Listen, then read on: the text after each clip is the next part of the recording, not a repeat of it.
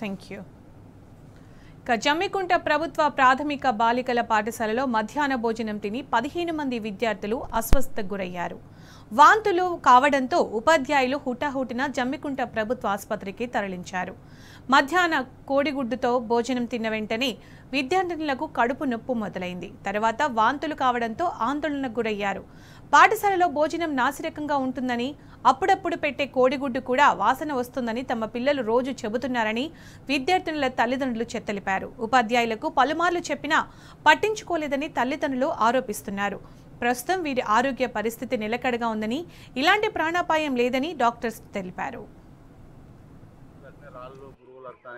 నేను టిఫిన్ పంపిస్తాను మేడం అని చెప్పిన మేడం వద్దు సార్ నేను చెప్తాక వాళ్ళకి చెప్తాం మేము అని చెప్పింది మేడం. సరే అని చెప్పేసుకున్నాం.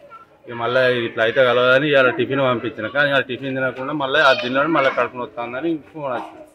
వెంటనే మళ్ళీ నేను తీసుకోవడానికి వచ్చింది. అయితే వీళ్ళు ఫుడ్ పెట్టకుండా మంచిదే మేము ఇంటికి నుంచి టిఫిన్ అన్నా పంపిస్తుంటాం కానీ ఇట్లా వద్దు. పిల్లల ఆరోగ్యాలతో చెలగాట అయితే ఆడద్దని చెప్పండి. खतरे आ रहे लोग रोज आके घर में बोल रहे। हम परसों भी आके बोले उन पकवान वालों से बोले तो हमें अच्छा पका रहे कर रहे बोल के बोल रहे मगर वो सही नहीं पका रहे और सही नहीं दे रहे। अंडे भी सही नहीं उबल रहे। कभी भी आके टीचरों को भी बोल रहे सारा को बोल रहे और पकवान वालों को बोलते और हमारे पे झूठा बोल रहे हम अच्छा पका रहे तुम्हारे बच्चे झूठ बोल रहे बोल के कर रहे।